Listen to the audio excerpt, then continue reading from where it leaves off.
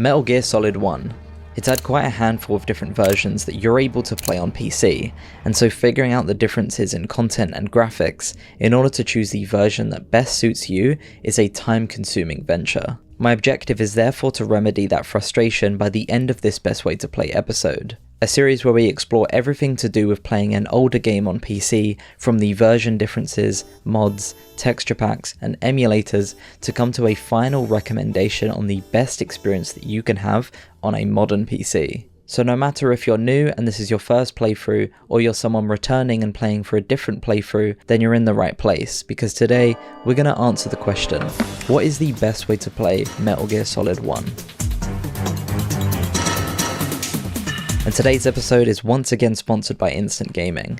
If you want Metal Gear Solid 1 from the Master Collection at a fraction of the price on Steam, then Instant Gaming is going to have you covered here, with not only just that, but many other titles from the franchise. The reason many gamers choose Instant Gaming over other platforms is because they are not a marketplace, and therefore all of the keys here are sourced directly by Instant Gaming via their official suppliers. What this means for you as a customer is that you'll never get a dodgy game key that doesn't work. I myself have been on the platform and buying games since 2018, and I've never had a single issue. If you're interested, check the link in the description, and anything you buy using that link will support the channel directly. There's also a giveaway that's going to give fans of this channel the opportunity to win any game of their choice from the platform. Stick around to the end of the video to see how you can enter. Stealth camouflage? Who are you? Where is my friend? This gives you the pure MGS experience, the game exactly as it was on the PlayStation 1. This means the original graphics, voice acting, and gameplay, all at a resolution of 240p and a frame rate of 30. I'm going to swat down a couple of bothersome flies. Because this is the original release of the game, it also means that everything is intact here. We'll get into later what the other versions are lacking, but for now all you need to know is that this version features all of the main game content. However, that doesn't mean it includes all content, because later on the extra ports got extra content like the VR missions. You would have to, in addition to the base game, get a VR missions ROM if you want to play those. Now, I don't want to spoil anything. Of course, this is a very old game, so I'm sure even if you're new, you know about this legendary sequence, but essentially the Psycho Mantis sequence is different to every port, and I'll just go over it briefly without spoiling anything. I'm Psycho Mantis!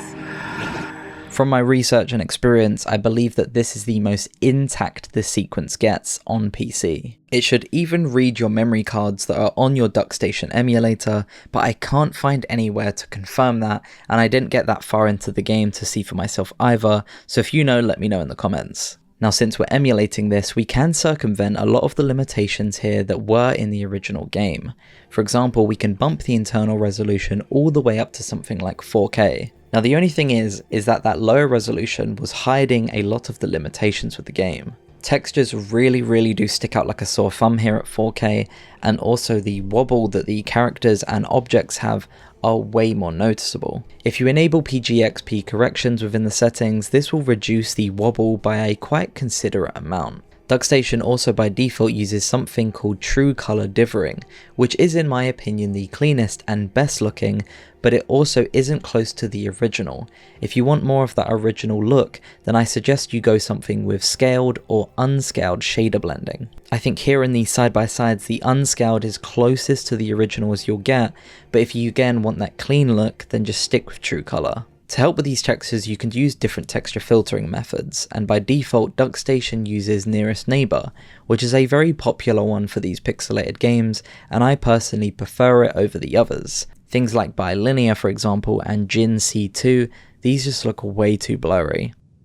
I'd also recommend something like XBR if you're into that, but this does make the game kind of look like an oil painting. I've heard some people say that they like the way this blends the pixels together, so if you like it, then go with that option. If you want to go a step further and use some upscaled textures, then there are some available for this game. And apparently the way that PS1 games work, it makes texture packs very difficult to make. If you want to learn more about texture packs and applying them to different emulators, then check out the video in the top right corner or in the description. We're not going to be diving too much into texture packs in this video, but here is a side-by-side on the differences between them. These textures give you the illusion that everything is super sharp and clear, but if you look closer, you'll notice that these textures are not made by hand, meaning that some things are better upscaled than others, especially text or symbols on objects do get a bit jumbled up here. Also, it's worth pointing out that some of the limitations here are that some images, fonts, and UI elements can't be upscaled. I would only really choose this texture pack if you're a returning player and want to see the game in a new light,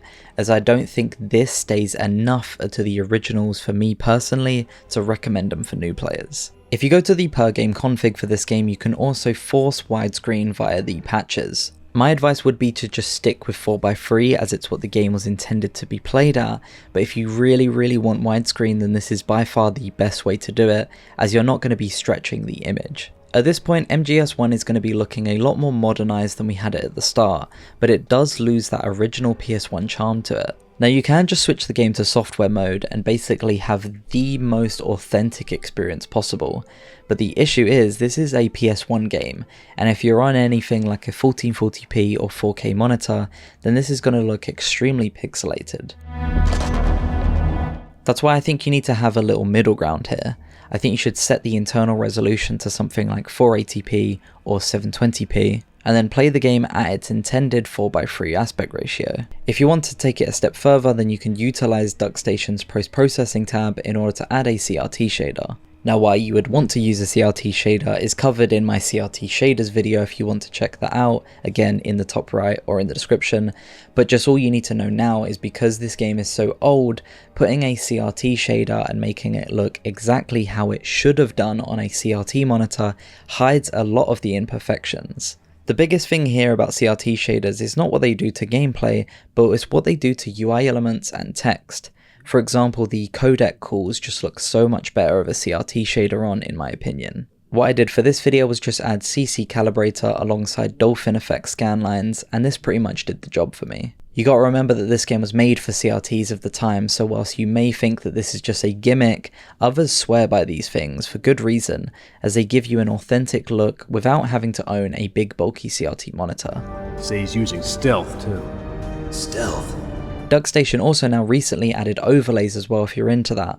I personally don't use them when I emulate games as black bars are fine by me, but this one is a very dark and subtle one that I'm showing on screen now, which I appreciate. I'll link it down below if you're interested. I could go on and on about DuckStation and all of its customization, but that's not what this video is about. Just know that this way of playing MGS1 is an extremely great way to play. From my experience here, emulating it is generally very stable with no significant bugs that affect gameplay. Also, despite me saying earlier that the game runs at 30 FPS, in this case DuckStation actually runs the logic at 30 FPS, but displays 60 FPS. I'll be honest, I don't know the ins and outs of this technology, but just know that it works flawlessly without any artifacts or anything. There are of course ways to brute force this even higher, but it will break the game. You can use something like lossless scaling to get above 60 FPS if you really want to, but I don't see a point. The last thing to note here is that DuckStation has an extensive controller support. It supports vibration as well as the analog sticks, and it can pretty much emulate on any controller that you throw at it. This is important because the PC port initially lacked this, which we'll get into in a bit. This is one of the more authentic ways to experience the first Metal Gear Solid. For purists who want Kojima's original 1998 experience and don't mind the dated graphics, this is a compelling option. However, now let's turn our attention to the official PC port in 2000 to see how that shapes up. Pros. They're all experienced in handling and equipping weapons. Hey! Shut up in there, will ya? This port is based on a re-release called Integral that was released in 1999, but this was an exclusively a Japanese-only release. This is very similar to a sort of extended edition of the game, similar to future games got such as Metal Gear Solid 2 Substance. It's everything that the base game has and more, such as a very easy difficulty that was added and a first-person game mode. Now we're not going into detail on what Integral adds or changes, but what's important to note is that it was later ported to PC by Digital Dialect in 2000, and this is the version that we're going to look at.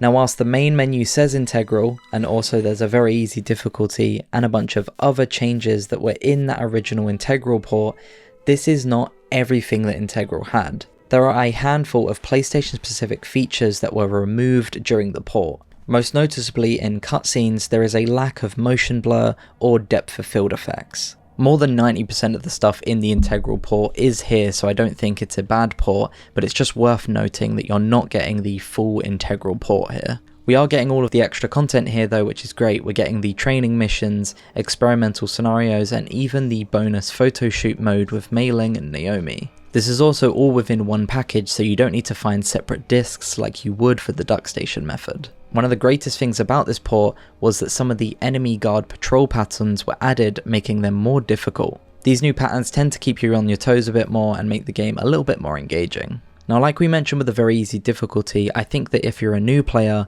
there is a case to be made that if you just want to focus on the story mode, then having the very easy difficulty is very, very useful. You can basically run through the entire game with an MP5 and not really struggle that much, and therefore just get to focus on the cutscenes. Behind D. Colonel, what's a Russian gunship doing here? Now lastly, the Psycho Mantis sequence in this version, since we're on PC, is very different to the emulated version. There's no second port for your controller, so you have to use the keyboard during this section. This is really frustrating because the keyboard controls are not intuitive at all. Also, there's no reading of any memory cards either. We'll get into something that makes this sequence a lot more user-friendly, especially for new players, but for now these are all of the changes that I really think are significant enough to mention in this video, as the vast majority of other little tweaks here and there aren't going to affect the majority of players. Now what's great about this version is that today it's super easily accessible thanks to GOG. If you don't know already, GOG essentially takes a lot of these older games and basically fixes them, gets them running on modern hardware, and then re-releases them. They didn't do anything crazy to this port like add any of the community fixes, but what they did do is make it basically plug and play on Windows 10 and 11, and for me personally, on a modern Windows 11 machine,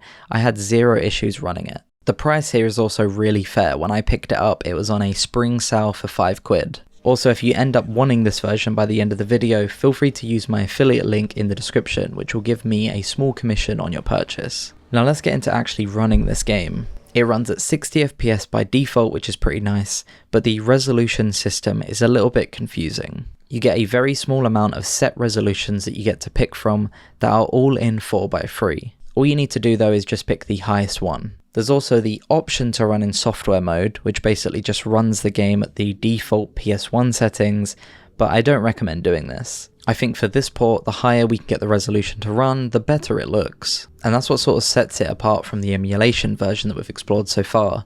The visual quality here is improved with texture perspective correction that reduces the polygon warping. And overall, the graphics are just way less jaggy in their appearance. Despite the better graphics on face value though, if you look a bit deeper, you'll know that subtle effects like we mentioned from the PS1 did not carry over. Also, the elephant in the room is that the texture filtering here is bilinear, meaning that pretty much all of the textures have this blurry appearance.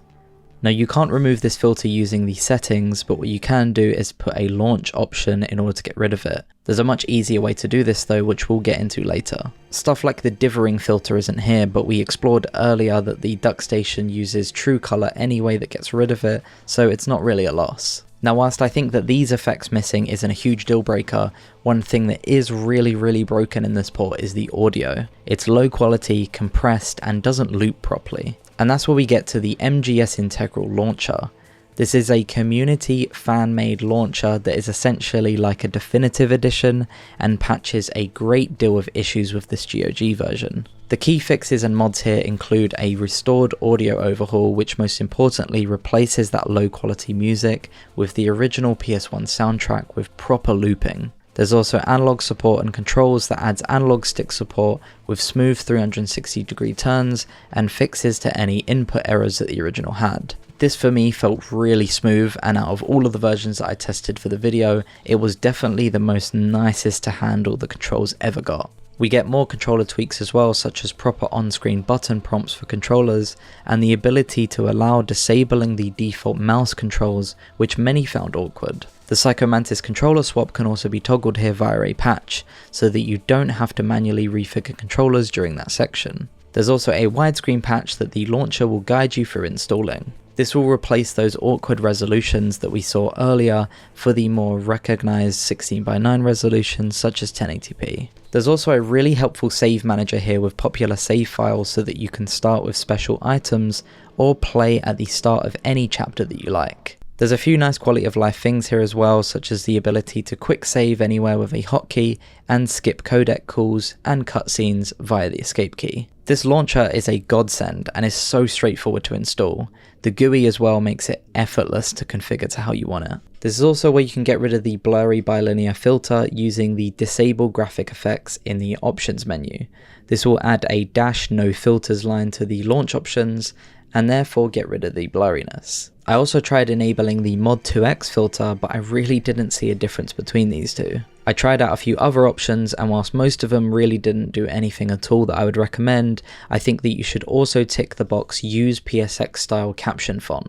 By default the text is Arial and runs at the resolution that the game is running at, not the artwork's resolution, making it really stick out. The original was Helvetica and it was rendered at the same resolution as the artwork and therefore was pixelated and blended in a lot more. By enabling this PSX style you essentially just go back to that look and I much prefer it. Also within the launcher you can open the GOG video config and there you can set the game to windowed, which is actually borderless windowed. Overall the GOG version does need some tinkering, but the launcher is so easy to set up that I think it's a really good way to play. I think this is the closest that we're going to get to a modern version of MGS1. Yes, it can be janky at times and also it's by far not the most perfect experience possible, but it's definitely way more modernized than playing it on the DuckStation emulator. And obviously if you want to play it originally on the PC natively, this is the only option that you have available. You do kinda get the best of both worlds here because I felt the controls were better and also you're getting native 60 FPS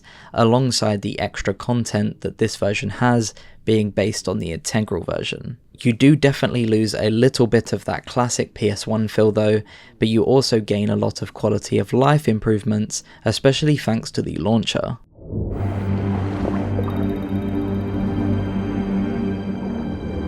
Now there is another way to play this game on PC via the Steam version of the game, which is in the Master Collection Volume 1. This is actually the only version on Steam, so if you're married to playing on Steam, then you're kinda stuck with this version. It does come with its benefits being on Steam though, because it has full Steam support such as the Steam card system, as well as achievements. And I know that matters to a lot of people, including me. I really love the Steam platform, and being able to play this classic title direct from my Steam library is amazing. This version though is not running natively. This is an emulated version of the PS1 copy, so it has a lot of the PS1 look and feel compared to the GOG version. This is obviously a blessing and a curse, but the thing is, Konami really did not do a good job with this version. They really did the bare minimum here, and I'm kinda giving them a break by saying that because there's quite a lot of features here missing that just don't make sense at all. Like giving us amazing options like a built-in CRT shader, as well as overlays to get rid of the 4x3 black bars if you're into that, but then on the other hand giving us no options, where we're stuck to the base 240p resolution of the PS1, as well as doing nothing about the wobble of the game like the PGXP correction does in DuckStation. This essentially means that you're paying for something that is inferior to a free emulator. Whilst we're on the topic of what this version gives you, there's also a smoothing option within the setting, but I really don't think this does anything good to the game, so I just turned it off. Now it's not all bad. The community have put together a thing called Metal Gear Solid Master Collection Fix. It gives you many cool features like custom internal resolution, thank god, and also widescreen support, borderless windowed mode, and modding support. You can also restore and revert changes that were made by this version. We haven't gone into this yet because I saved it for this, but essentially there are loads of little different tweaks to the game that were not in the original, such as the red cross symbol on the medical items being changed, alongside the exorcism pictures and Johnny's underpants. I played around with the internal resolution and all of the other fixes within this patch, and I basically came to the conclusion that because there's nothing to do about the wobble in this game, if you set it to a high internal resolution, the game really just doesn't look that good.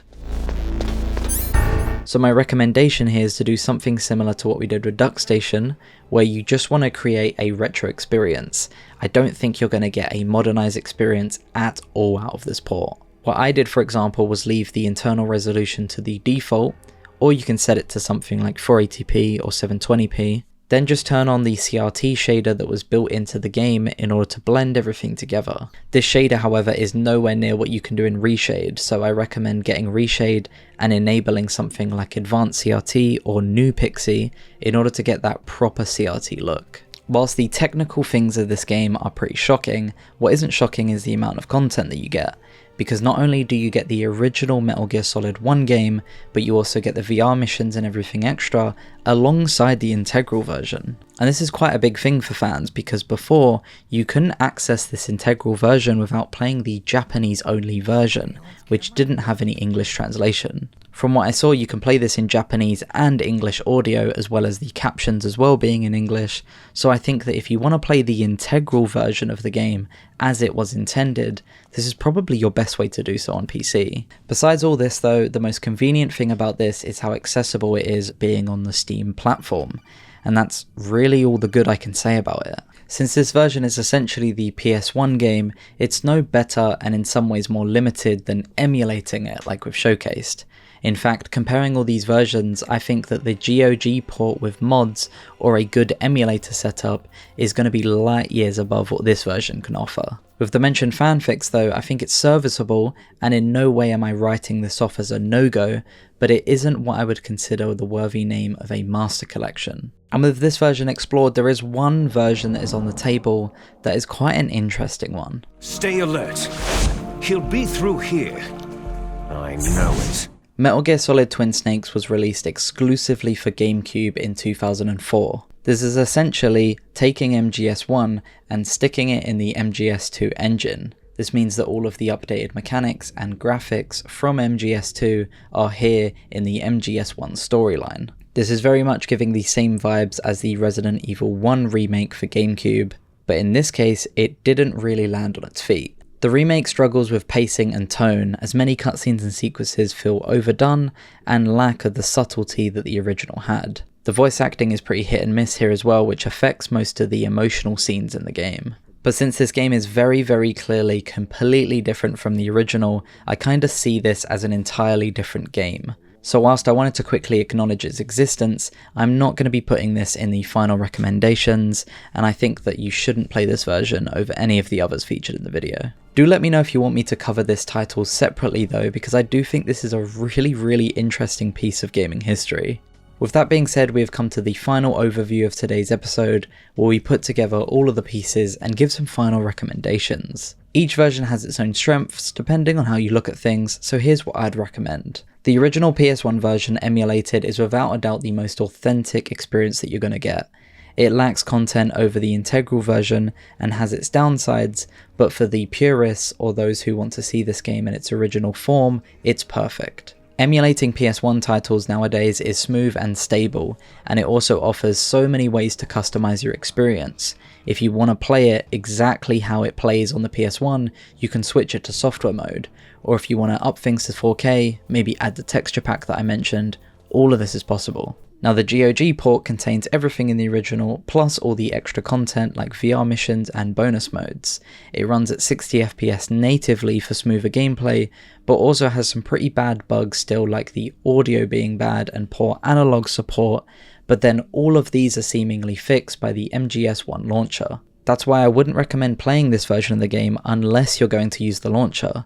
But if you are going to use the launcher, then you're gonna get an almost fan-made enhanced edition of the game that's really faithful to the original with some extra quality of life improvements. I'd also recommend this to players who don't want to mess around with emulators or want a more refined, modernized experience. It's way more easily accessible as well due to it being on the GOG platform, and again, doesn't require any emulation knowledge. Now if you want something that is just buy it and press play, then you're probably going to go with the Master Collection. This is an inferior emulated PS1 version of the game, but it's wrapped up into a nice easy to use package. It's up to you whether you go for the original game or you play the Integral version. My recommendation would be if you're new, play the original, and if you're returning, play the Integral, but again, it's up to you. I also think that without mods, this version is still so lackluster that I think getting the MGSM2 fix installed is worthwhile. This obviously doesn't make it plug and play, but the installation is basically just dragging and dropping some files in the game directory, so it's less time consuming to set up than the launcher of the GOG version is. So all in all, want a retro experience? Definitely 100% go with the DuckStation. Want something a bit more modern? Go with the GOG version. Or want something that's quick and easy to set up and play? Go with the Master Collection. If I helped you anyway during this video, or you just found me yapping about retro games fun, then make sure to get subscribed and turn on notifications, as we do a hell of a lot of that here. Please feel free to comment below and ask me any questions, or join the conversation over on my Discord. Big shout out to all of the members on Patreon and here on YouTube. You all keep this channel going, and you can do the same from just £1 a month. Just think of it as a way to support me however much you want to. Links will be down in the description for my Patreon, or just hit the join button below to become a YouTube member. And like I mentioned at the start, there is a giveaway being held through Instant Gaming that is going to be linked down in the description. All you need to do is click that link and then do things such as subscribing to the channel in order to increase your chance of winning. The winner is drawn every month, and it's also a good idea to join the Discord if you want to stay up to date with things like this. The links to all of this will be down in the description. If you enjoy this episode of Best Way to Play, how about you check out the other episodes via my playlist on the left, or watch this video on the right that I think you'll enjoy. See you over there. Who or what was that ninja thing? It looked like you knew something. That ninja? That was Foxhound's dark little secret.